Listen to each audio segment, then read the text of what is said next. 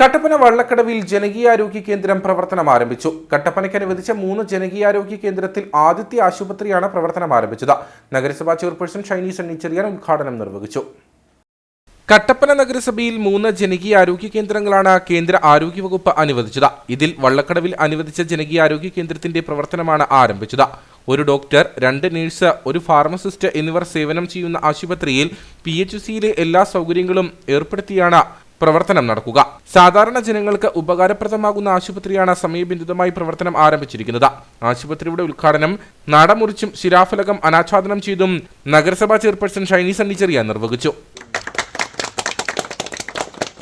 നമുക്കറിയാം, ഈ വെൽനസ് സെൻ്ററുകൾ യഥാർത്ഥത്തിൽ നമുക്ക് ഫണ്ട് അനുവദിച്ചിട്ട് ഏകദേശം 3 വർഷത്തോളം ആകുകയാണ്.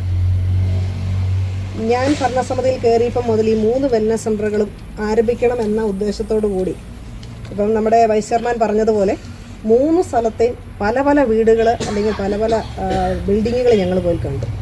അപ്പോൾ അവിടെയെല്ലാം വന്ന താമസം എന്ന് പറഞ്ഞാൽ, ഇത് തുടങ്ങുന്നതിനുണ്ടാകുന്ന താമസമാകുമ്പോൾ നമ്മൾ ബിൽഡിങ് പറഞ്ഞു വെച്ചാൽ 1-2 മാസം അല്ലെങ്കിൽ 3-4 മാസം അവർ നോക്കിയിരുന്ന് അവർ വേറൊരാൾക്ക് അത് കൈമാറും.